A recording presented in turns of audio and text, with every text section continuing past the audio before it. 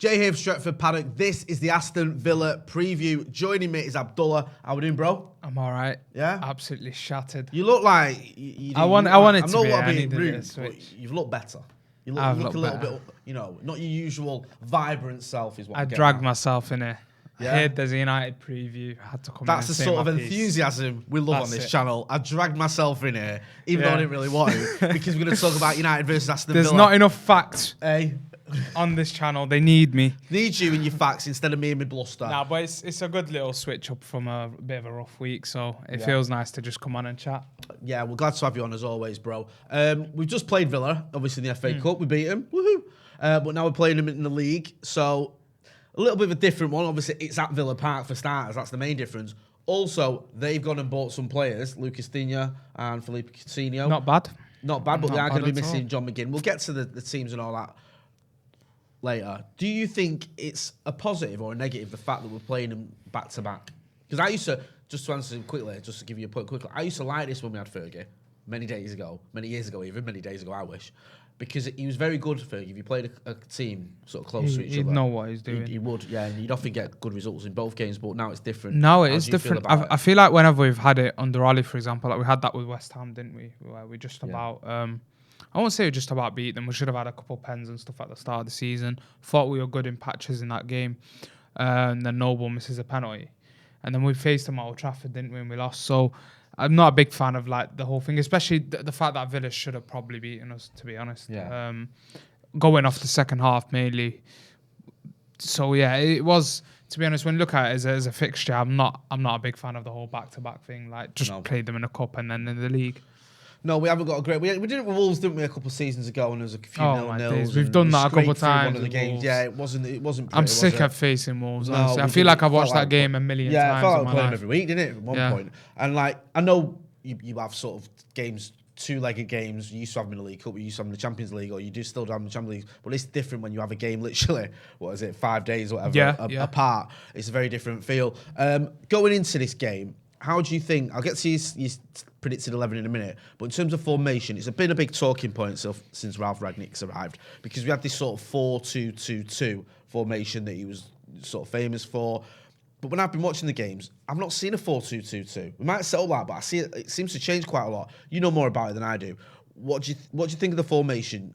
How do you think he has set up so far, and how do you think he's going to set up in this game? I think the way that he has set up, I do like. I've watched him in the past. I've watched this Leipzig team, and I think they've taken what he's done as a blueprint as well under managers after him with Nagelsmann and whatnot, where they've continued to play in a similar way. And even when games I remember haven't gone well under Nagelsmann, he'd switch to that, what Ralph had put in place. So I've seen that work in some of the big games as well that they have played, against the likes of Bayern and stuff in that league. I know it's a whole different league here. I just think the profile of players, it's a bit difficult to fit in. I think when you look at it as 11, and I predicted sort of how we'd set up with the 4-2-2-2, I did think he'd come into the Premier League and play that, to be honest. And I thought Sancho and Bruno would be the wide men, sort of Forsberg and the... Bruno in the Forsberg role, and then Sancho, he's got a bit of that winger vibe, but he can also carry into the centre. And I think that first Palace game, I know it was only like a period of time in the game, but I felt like there was something good for Manchester United in that shape. I just think once there's an injury or two, or once there's a player out of form here and there, that's it. Like you've got, I think Marcus in the front two, if he's in form, and I don't know what's happened with him in recent weeks, but if he's up and running, you can hit him, find him in the channels, you can get him behind defences. The partner who can partner him there, is the balance there right with Ronaldo, Cavani, Mason Greenwood? He's got to be a lot more unselfish in those positions as well. I just feel like in this 4-2-2-2, the wingers are in very awkward positions. They're not wingers really, honest. They're like more playmaking tens in it, but when you've played like someone like Marcus Rashford there, I feel like it's so unnatural to him that there's too much of the pitch for him to see. And it's the same thing with Bruno. Like at Newcastle away, I was high up and I could see it. Like Bruno was picking up the ball pretty much ahead of the whole team. Yeah. Only the keeper was behind him. Like that's the areas. And then same thing with Marcus. And Marcus is more like about instinct as well.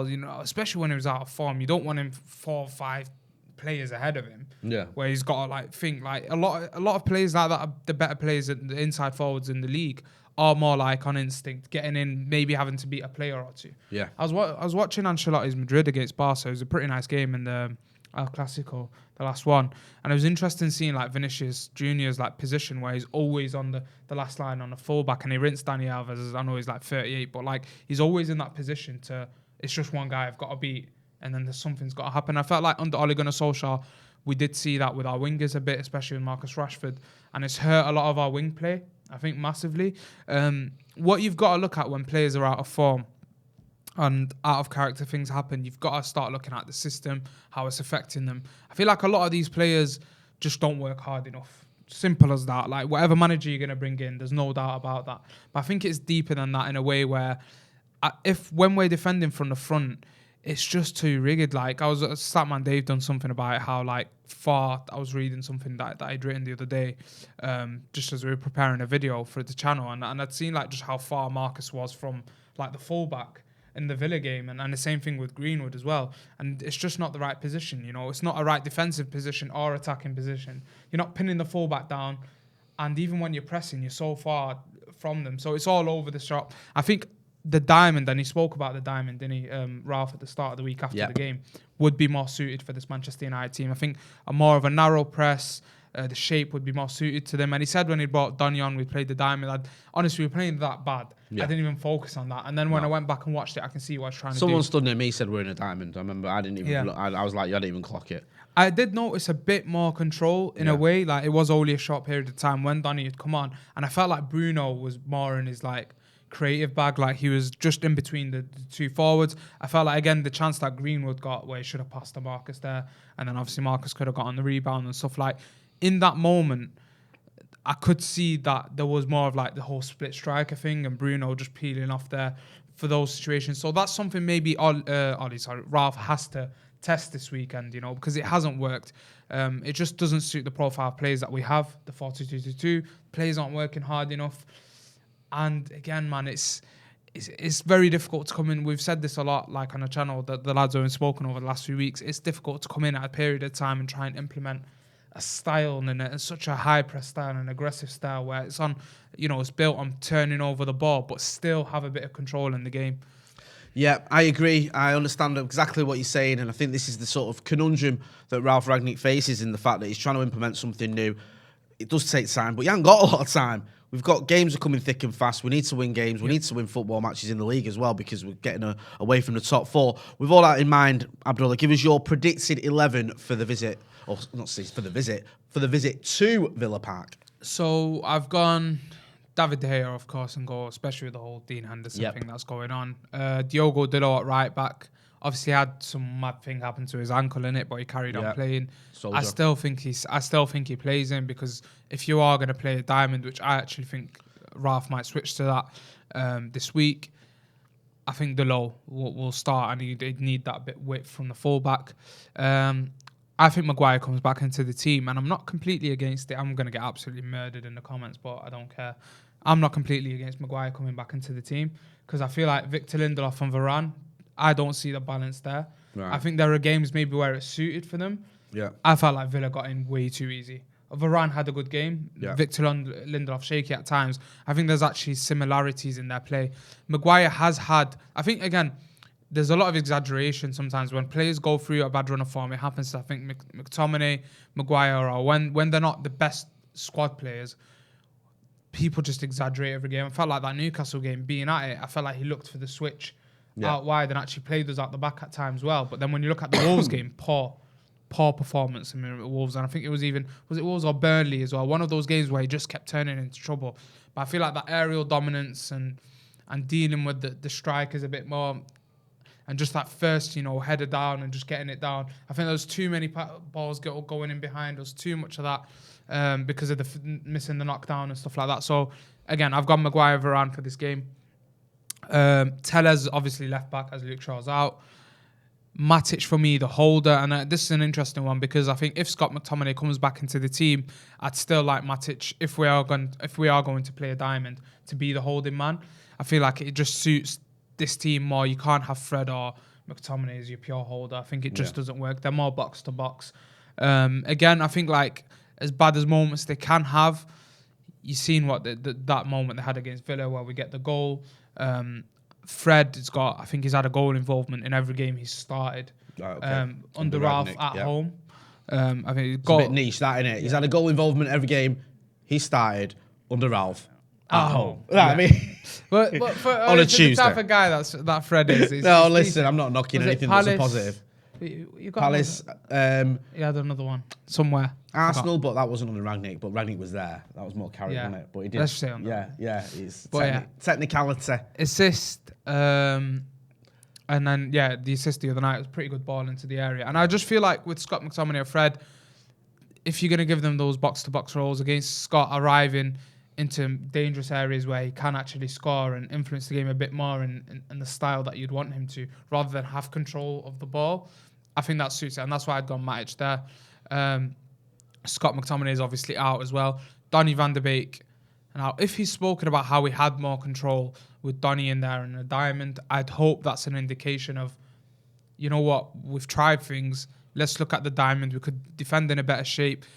Now, having Donny there, I would actually maybe try Donny more in the 10 as like the link-up guy. Okay. If we remember the Leipzig game where we battered Leipzig at home, I thought that was so far probably one of the better performances we'd seen from Donny. I was looking at some of his numbers. He'd completed like 3 out of 3 dribbles in that game, created 2 chances, and he'd come off in like the 68th minute.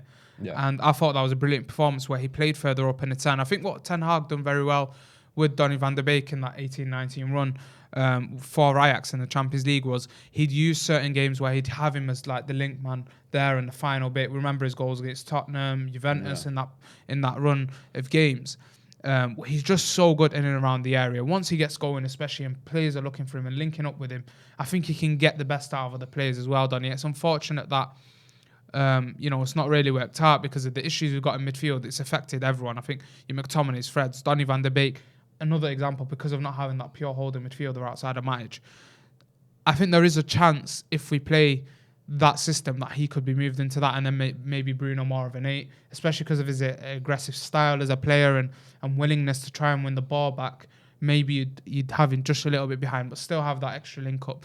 I think both of them can come into the half spaces as well and cause like a bit of a danger. So you're not completely losing that from the 4-2-2-2. They can both, if you're playing with the 2 forwards, as we see there, we've got Ronaldo and Jadon Sancho. I think Jadon Sancho, if we look at the game against Chelsea under Carrick, we sort of played him as a split striker with Marcus Rashford. Yeah. I think he done all right. So do you think that him and Ronaldo up front can work? I think so. Because I know this is predicted. Doesn't mean you're saying that's the team. You don't necessarily think that team's going to work. Yeah. Do you think them two can form a partnership? I think they can. I think the thing is with Sancho, when we're looking at that period at Dortmund, just the last year, I'd say, we've seen a lot of different roles that he actually picked up. There was times where he was playing off the striker as sometimes almost second striker positions that he was getting into. And there was times where he'd be in the front 2 with a Haaland, or when they had Haaland out, they'd have one of the other guys. And it worked, I think, for Dortmund as well, because he's got that. We look at the goal he got against Chelsea. That's in pretty much a striking position where he anticipated and got into those areas. He is dangerous in transition, and I think you need, if you're going to play a diamond, you need your forward 2, because they can't be pure strikers, pure number 9 target men, and they can't really be, I'd say, like pure wide forwards. Like they've got to have a bit of both, and we know that Jadon Sancho, you look at his numbers, I know it's the Bundesliga, but a player that gets goals and assists. We see his finish against Villarreal this season, again pouncing on that chance against Chelsea. There is a goal-scoring instinct from Jadon Sancho, and I think the playmaking part of it as well. Ronaldo needs someone to get within close quarters of him and create for him. And Donny van de Beek, Jadon Sancho, and Bruno Fernandes might be a bit more of a goal scorer in this, but Donny van de Beek and Jadon Sancho could be a big help to someone like Ronaldo as well. Yeah. And we've seen in the game against Watford, we got absolutely battered, but Van de Beek's influence in there was pretty good for Ronaldo. 100%. Move on quickly to mine. The back 5, I think, is the same, so I don't need to go into that. I've gone a bit more 4-2-2-2. I've got Matic and Fred. I've got Bruno and Jadon Sancho. And up front, I've got Mason Greenwood and Edinson Cavani. Now, the reason I've not got Ronaldo in is because at the time recording, I was a little bit unsure as to whether Ronaldo, because he'd gone home early on Thursday with the thigh injury, so I thought maybe there's a little bit of something there where he might not be available at least to start. It looks like he could be. I will say this, and I don't mean to put a caveat in, but if Ronaldo is fully fit, I expect him to start. The only reason I've not got him in my predicted 11 is because I think there was a little slight question mark as to whether he's going to be fit enough to play, or at least to start at the time of recording this. So don't think I've lost the plot. I'm thinking he's going to drop Ronnie, because he won't. It's just whether he's got full fitness. If he has got full fitness, then I'd expect probably Mason to drop out and Ronnie to come in. But we'll see what happens with that one. Let's move on to the opposition. Villa, doing okay, aren't they, under Steven Gerrard? Had some good results, had some not so good results. Obviously, the one at Old Trafford in the FA Cup wasn't great. They've brought in some players mentioned earlier, Lucas Digne, Felipe Coutinho, which kind of shows that the mean serious business. I think those are two good signings. I know Coutinho was not exactly set the world alight since he left Liverpool. He did okay at Bayern Munich, but wasn't great at Barcelona for a lot of his time there. But those are big signings, aren't they? Especially the Coutinho one. And Digne, I think he's a very good player, Lucas Digne. I think they've got a player. I agree. I think he's one of the best attacking fullbacks, I'd say, in the Premier League. Yeah. And that's pretty much the better fullbacks in our all attacking, aren't they? So we're seeing what he can offer at Everton. I think once the situation happened with Rafa Benitez, Calvert-Lewin's been out injured, but when he has played and Lucas Digne has not been there, you can see how much it affects his game, actually. Yeah. Because he's missing that delivery into the area. So, again, it's showing willingness from Villa that they want to compete, they want to get to that level, to maybe compete with the top six, to try and break into that. And there is something to build in that team. I do like the way that this squad is shaping up. I think if you look at what Steven Gerrard had done at Rangers, obviously I'm not sat there watching them every week, but if you go and look at the numbers, like Tavernier, at right back, and just what he offered as a flying fullback, that's something we've got to look out for on the weekend, because that's something that maybe you could do with like a Matty Cash, or if Digne starts, which they said that he's available again. I think it was mentioned earlier from Sky that he's available and Coutinho is available for the weekend. Right. So if Digne does start, although even Mac Targets can still offer there, and I think the way Gerrard sets his teams up, he really uses the fullbacks and those wide areas to really push on.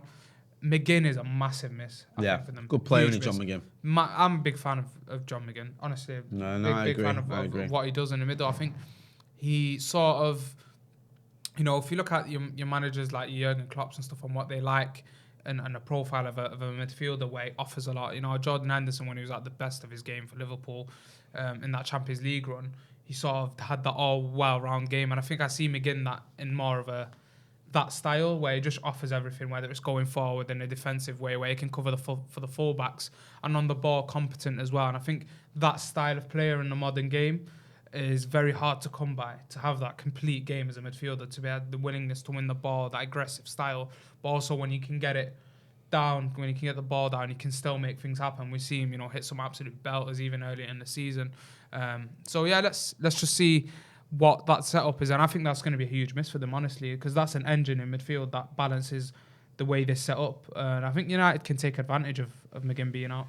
No, I agree, and you've seen there that our recent record against Villa, it's not too shabby, to be honest with you, although all bets are off at the minute because you just don't know which Manchester United are going to turn up. Yeah. You're going to get the United that you saw against Burnley, or you're going to get the one you saw against Wolves. With our inconsistency, John McGinn being out, new signings, players with a point to prove, all the elements you've spoken about there, Abdullah, what's your score prediction? I'm never going to predict a score against United, but I can see it going wrong. Yeah. I'm going to go 2-0 Manchester United. I'm just going to go with one where maybe this is where it takes a turn. Right, okay. Ralph switches his system. I've been saying that since 2014 under Moyes. Every week. I think it's going to be a difficult game. Yeah. Villa Park will be up for it. Got some new signings.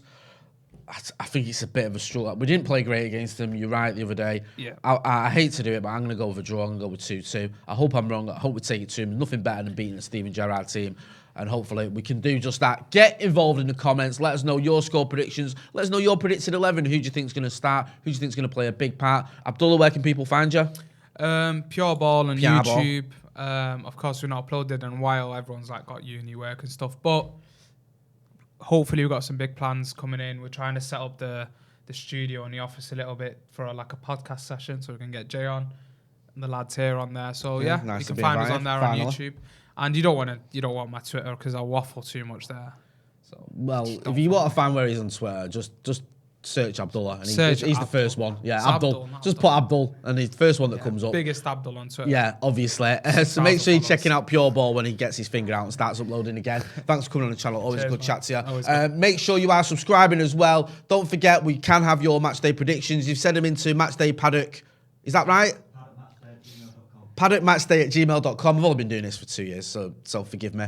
So make sure you send those in. About a 30-second clipping landscape, giving us your score predictions, and we'll put it on the channel ahead of the game. For the game, we'll have the watch along here with myself, Joe Smith. I think James Young's going to be here, Andy Tay, and then we'll be hearing from the likes of McCall and Housen as well. So stay tuned for that. That's been Abdullah. I've been Jay Moy. This has been the Aston Villa preview. Thanks for watching.